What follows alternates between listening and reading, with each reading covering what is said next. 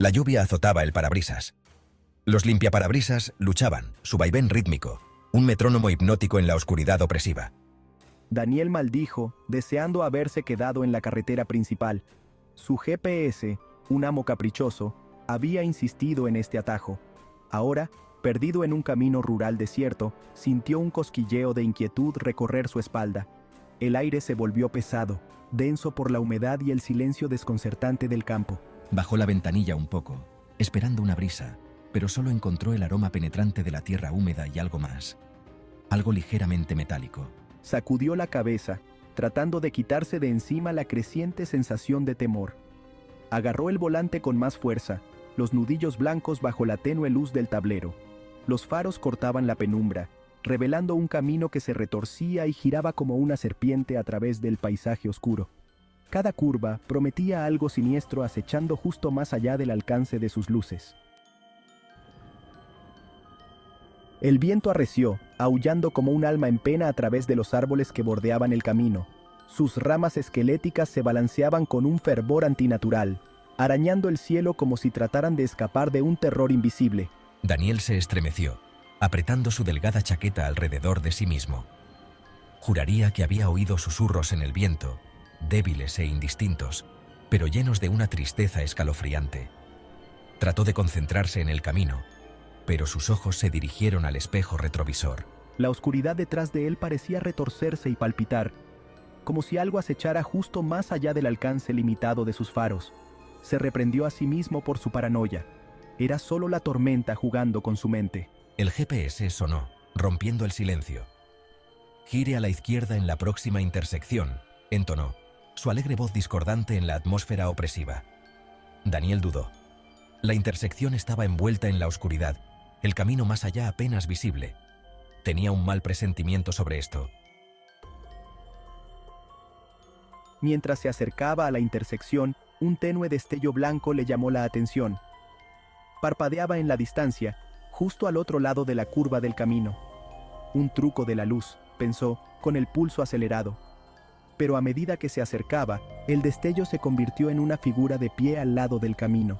Era una niña, de no más de 12 o 13 años, vestida con un vestido blanco que se aferraba a su delgada figura.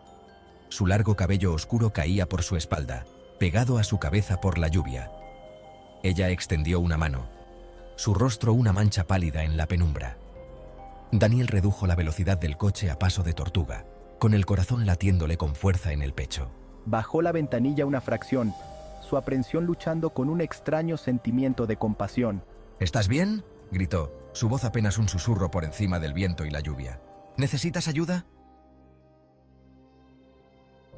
La niña volvió la cabeza hacia él, y por primera vez, Daniel la vio claramente la cara. Su piel era pálida como la luz de la luna, sus labios de un rojo sorprendentemente brillante, pero fueron sus ojos los que lo cautivaron. Eran grandes y oscuros, pozos de tristeza infinita que parecían reflejar la oscuridad de la propia tormenta. Ella no le respondió, sino que continuó mirándolo fijamente, con la mirada fija. Daniel sintió un escalofrío recorrerle la espalda. Había algo inquietante en su silencio, en la forma en que se quedaba allí parada, calada hasta los huesos, como ajena al frío y la lluvia. «¡Sube!», se oyó decir, con una voz que le sonaba extraña a sus propios oídos.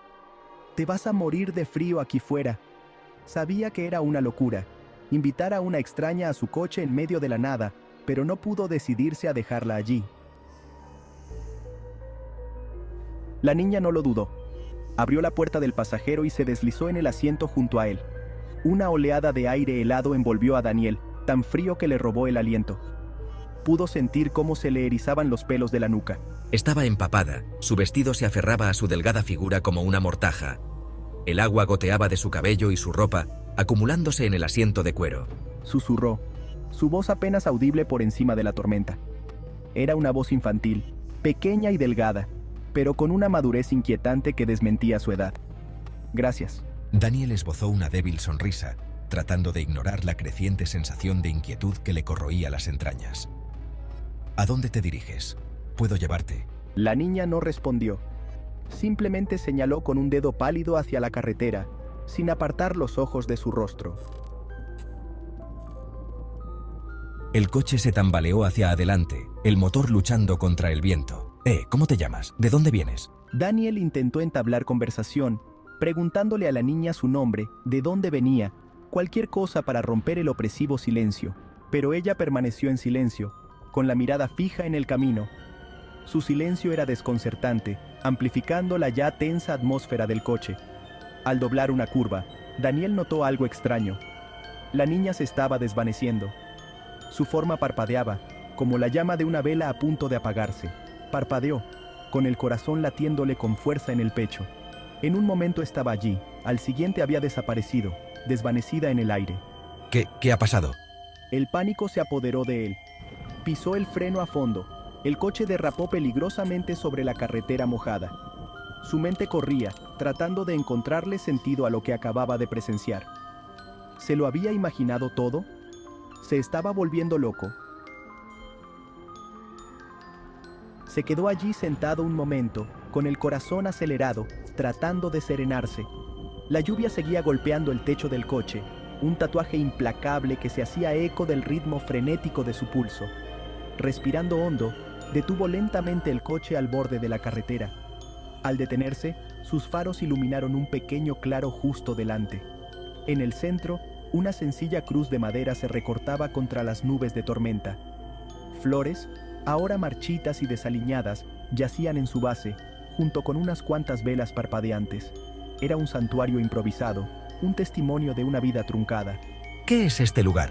La curiosidad, mezclada con una creciente sensación de temor, lo atrajo hacia el santuario. Bajó del coche. El viento y la lluvia lo empaparon al instante. Al acercarse a la cruz, notó una pequeña placa colocada en su base. Se inclinó más cerca, entrecerrando los ojos en la penumbra para leer la inscripción. En memoria de Anya, decía, con las letras desgastadas por el tiempo. Llevada demasiado pronto. Debajo de la inscripción había una fecha, apenas visible bajo una capa de suciedad.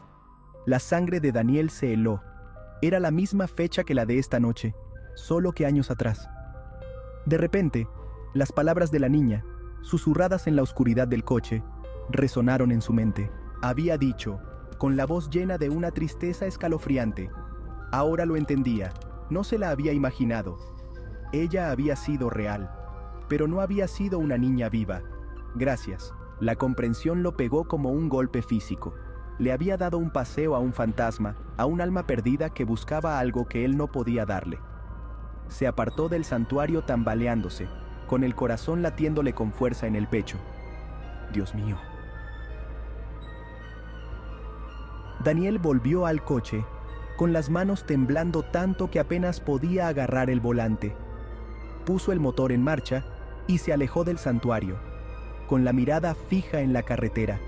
No miró atrás. No podía soportar ver si Anya seguía allí, observándolo desde las sombras. Mientras conducía, la lluvia fue cesando gradualmente. La tormenta por fin empezaba a amainar. Los primeros rayos del alba se abrían paso entre las nubes, pintando el cielo en tonos rosas y anaranjados. Pero la belleza del amanecer poco hizo para aliviar la confusión en la mente de Daniel. Su encuentro en esa carretera desolada lo había cambiado para siempre. Se quedó con una pregunta escalofriante que lo perseguiría durante años.